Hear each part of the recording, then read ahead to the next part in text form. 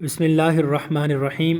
بہت بوجھل دل کے ساتھ، افسوس کے ساتھ اپنا درد دل بیان کرنا ہے کہ اسلام آباد میں راول ڈیم کے قریب ایک قانونی مدنی مسجد تھی جس کا افتتاح ضیاء الحق صاحب نے کیا۔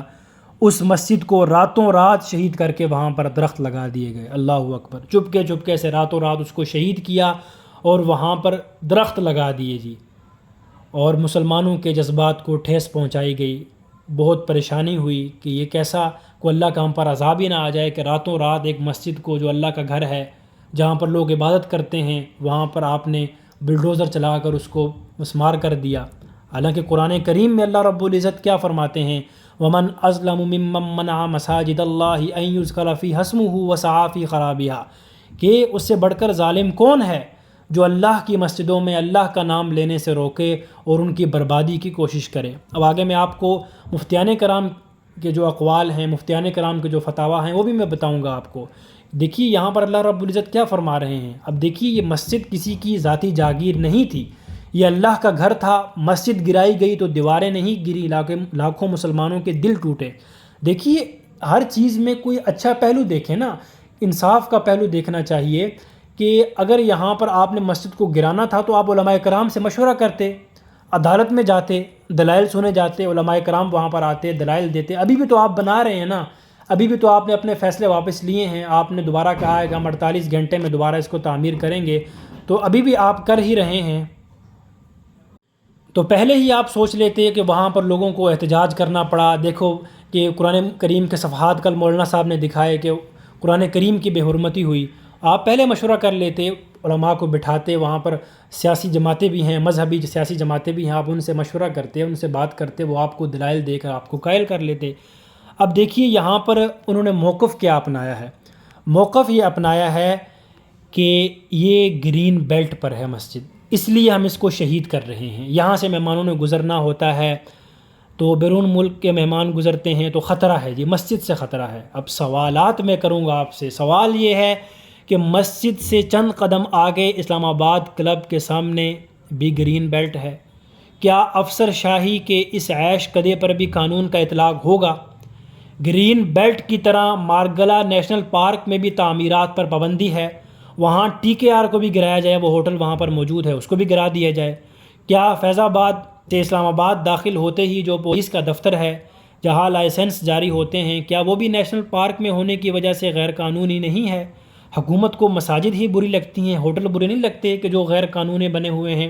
دیکھیے مفتی شفیع صاحب رحمۃ اللہ علیہ، مفتی اعظم پاکستان، ان کی کتاب ہے اسلام کا نظام اراضی، اس کے صفحہ نمبر 144 اور 143 پر لکھا ہے کہ اگر کسی متروکہ زمین پر مسلمانوں نے ضرورت سمجھ کر یا مسئلہ سے ناواقفیت کی بنا پر حکومت سے باضابطہ اجازت لیے بغیر مسجد تعمیر کر دی، حکومتی ذمہ داران دیکھتے رہے، انہوں نے منع نہیں کیا، اس میں باقاعدہ جماعت ہونے لگی، ذمہ داران کا سکوت جو ہے وہ اجازت سمجھا جائے گا، کہ ذمہ داران خاموش رہے، ان کے سامنے مسجد بنتی رہی۔ مسجد کو ایک دن میں تو نہیں بن جاتی، اس کو ٹائم لگتا ہے۔ مسجد بنتی رہی، ذمہ داران خاموش رہے، تو ان کا خاموش رہنا اجازت سمجھا جائے گا اور مسجد شرعی بن جائے گی۔ اس کے بعد اس کو گرانے کا حق کسی کو نہیں۔ مولانا یوسف بن نوری رحمۃ اللہ علیہ، مفتی ولی حسن ٹونکی رحمۃ اللہ علیہ، ان کا فرمان ہے کہ مسجد اگر ایک مرتبہ تعمیر ہو جائے اس کے بعد ہمیشہ کے لیے مسجد ہو جاتی ہے۔ فقہاء نے یہاں تک فرمایا ہے کہ اگر غصب کی زمین حاصل کر کے، قبضے کی زمین حاصل کر کے مسجد تعمیر کی تو غاصب سے کہا جائے گا کہ اس کا زمان دو، پیسے دو، جو آپ نے زمین قبضہ کی ہے، مسجد کو نہیں ڈھایا جائے گا۔ دیکھیے مفتی نظام الدین شامزئی رحمۃ اللہ علیہ نے فرمایا، ان کا ایک فتویٰ ہے کہ قرآن و سنت کی روح سے کسی مسجد کو گرانا جائز نہیں۔ اگر حکومت ایسا کرتی ہے تو مسلمانوں کو اس کے خلاف احتجاج کا مکمل حق حاصل ہوگا۔ مسجد کا دفاع مسلمانوں کا فریضہ ہے، اس فریضہ کی ادائیگی میں اگر کوئی آدمی جان سے چلا جائے تو وہ شہید ہوگا۔ اگر کوئی ایسی جگہ ہے کہ جہاں پر روڈ کھلی کرنے کی ضرورت ہے اور مسجد پرانی بنی ہوئی ہے تو اس مسجد کو گرانا روڈ کھلی کرنے کے لیے بالکل جائز نہیں۔ اگر کسی نے ایسا کیا تو وہ گناہ گار ہوگا، اسے توبہ استغفار کرنی چاہیے۔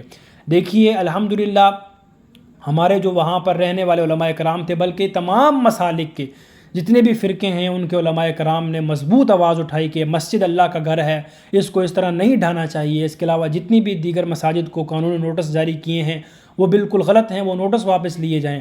الحمدللہ علماء کرام نے احتجاج بھی کیا، پرامن احتجاج کیا، لوگوں کے سامنے اپنا موقف واضح کیا کہ بھائی مسجد اللہ کا گھر ہے، اس کو نہیں ڈھانا چاہیے۔ وہاں پر نمازیں پڑھائی علماء کرام نے، دیکھیے کتنی بڑی بات ہے کہ اس جگہ پر علماء کرام نے کہ مسجد ہی ہے وہاں پر نماز پڑھائی، اور اس کے بعد پرامن احتجاج کیا۔ اس کے بعد جو ہماری مذہبی جماعتیں ہیں سیاسی، انہوں نے بیٹھ کر حکومتی اداروں سے بات چیت کی، ان کو اس بات پر قائل کیا کہ آپ کا یہ جو کام ہے یہ غلط ہے، یہ غیر اسلامی ہے۔ الحمدللہ اس کے بعد ایک اچھی خبر سنی ہے کہ اب حکومت دوبارہ وہاں پر مسجد کو تعمیر کرے گی۔ انہوں نے 48 گھنٹے کا الٹیمیٹم دیا ہے کہ آپ دوبارہ یہاں پر مسجد کو تعمیر کریں، انشاءاللہ دوبارہ وہاں پر مسجد تعمیر ہوگی، اور اس کے بعد دیگر جو مساجد جن کو نوٹس جاری کیے ہیں وہ بھی حکومت واپس لے گی۔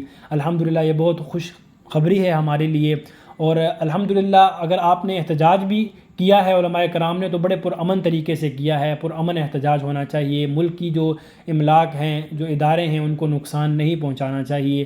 دعا ہے اللہ رب العزت سے کہ وہ ہمارے پاکستان کو تا قیامت سلامت رکھے، اور حکومتی جو یہ کام کرتے ہیں مسلمانوں کے جذبات کو مجروح کرنے کے لیے، مسلمانوں کے جذبات کو ٹھیس پہنچانے کے لیے، اللہ رب العزت ان کو ہدایت عطا فرمائے۔ وآخر دعوانا ان الحمد للہ رب العالمین۔